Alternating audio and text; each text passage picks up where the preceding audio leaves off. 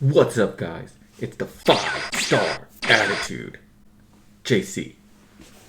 Yeah, that's what I'm gonna call myself now, the 5-star attitude. Okay. So you may notice someone else is here with me. This is Fred. Pugz is taking a little back seat. It's not that he's sick or anything. He's just handling the editing now. But Fred's pretty cool. He's a lucky bamboo. He's nice. I've been taking care of him. It's nice. You know, it's good to do something in the quarantine. And I've been doing a lot of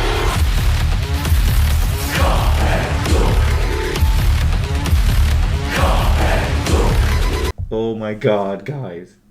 That game is just as lit as the first one. I mean, there's some, right off the bat, minor bugs, like here and there, clip through some things. I didn't like fall through the world or anything.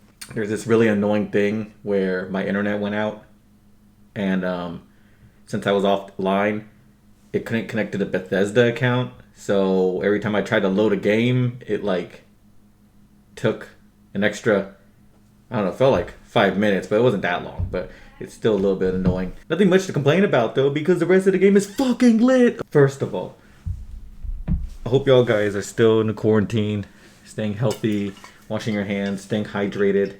As you can see, I've been staying hydrated as fuck. But yeah, let's get into it. Do me turn review. Yeah, so I'll get some footage up here on the corner, and yeah, so we'll get it started. And first off, I want to say, where the fuck is my footage? Where? Thank you.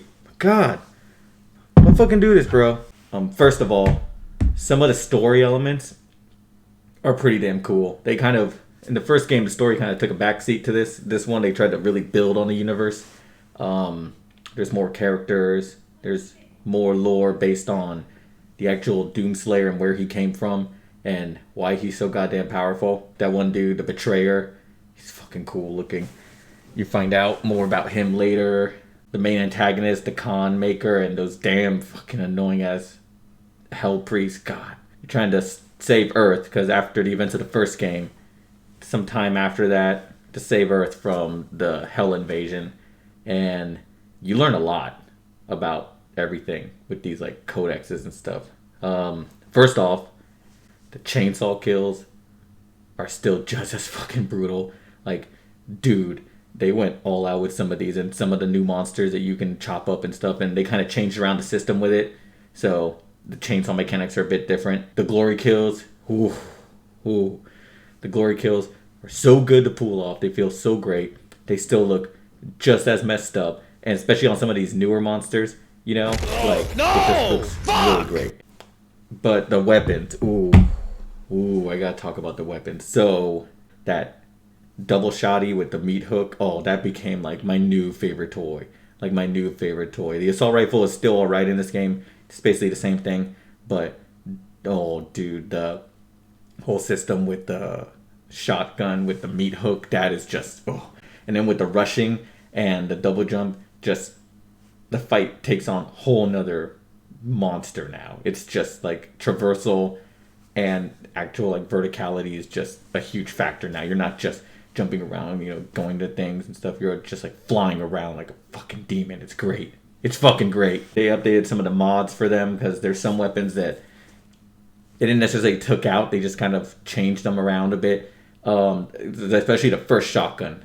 That 3 bursts, whatever shit that I didn't really use that much. They took that out and added like more revolver type shit. Like, dude, you like destroy monsters with that. Oh, dude, like if you really want to get out of a tight spot, you just pull that out and just It looks so good. And by the way, the destruction on the monsters looks really great. They don't just, you know, get blood and gore come out. You actually like see chunks of the monsters fall out. I just have so much fun with this game where you just running around, especially the more intense levels. You start going around and you get all these monsters. You just feel like a force of nature. You just go around and just you just destroy them. And not just about that, like the exploration is still there. The secrets are still there. They also did something new with the little secret encounters where it's like a gore nest, so you actually have to like find them, and those get kind of complicated, but they're manageable. That's fine. Are you fucking like serious? Ooh, speaking of secrets, there's also something else. They have these things called Slayer gates, where you have to get the gate key, and like once you get the gate key, it lets you into like another type of gore nest, but it's a bit more forgiving, but it's way tougher. And oh, the battles in there, ooh, that's. And when you defeat them, you get a key. And I'm gonna emphasize this right now. You should probably grab those keys because you just unlock something great. You just unlock something great. If you played other Doom games and they tell you straight up what you get with it, you're gonna want to get those. Trust me. Let's talk about those codex. I really read through a lot of those. Like you can get the story from the game, but if you really want to get everything, like answer some of the questions that you had from the first game, and also kind of look to see more future storylines. And as going through them, I'm just gonna say right now, I made some like real big brain connections with those codex. Like, when you start reading it and you start going back to events from the first game, it just all starts to make sense. And it's just a good little, break in between. If you just want to stop playing the game and just look through those, I highly suggest that. I'm not going to spoil too much on the story. I think you should actually play the game to get the story. You shouldn't hear that from me. You should actually see it for yourself. Don't spoil yourself on that. But I'm just going to say, you're going to know why they packaged the remake of Doom 64 with this. That's the wrong fucking picture. That's not Doom 64. Can we just... Thank you. Fuck. The game itself is pretty challenging on normal. I wouldn't say if you don't play these games at all and you just want to learn it, or you just don't really care for the challenge, I would say easy. But normal is not really a pushover. It's not really... It still gets a little challenging. Your boy got through it and stuff, and I'm playing around on ultra violence on some things, and it's manageable. It's manageable. But God, this game just gets real challenging in sometimes, and especially with the new attack, oh my God, the new attack type villain you've seen in this game, the fucking Marauders. Every boss in this game is just tough, and it doesn't help that they become like a common enemy later on, but the fucking Marauder is the one that gave me the most trouble. God, fuck that guy. But great, if you really want a challenge, that's great. It's great. And I don't know about the people who are gonna beat this game on Ultra Nightmare. That's gonna be fucked.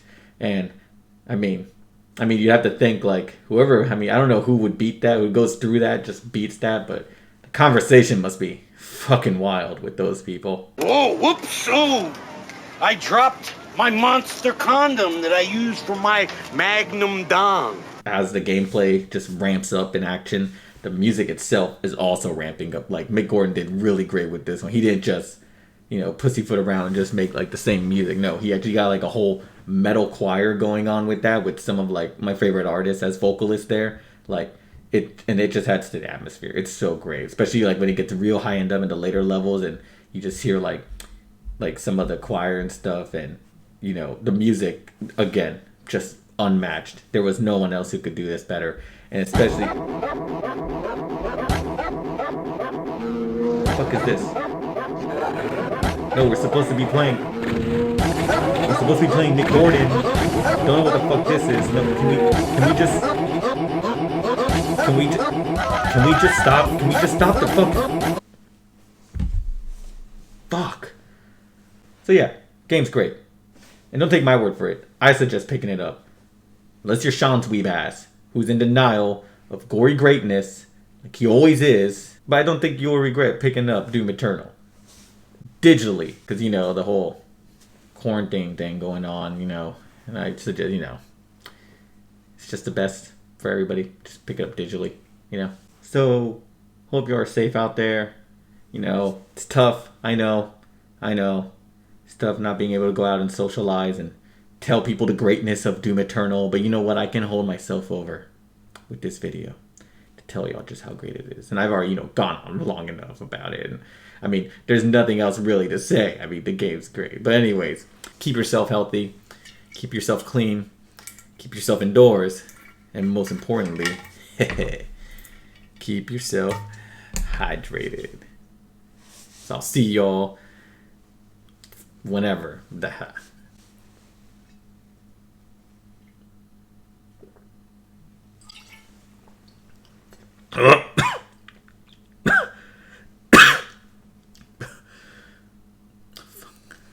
Fuck you.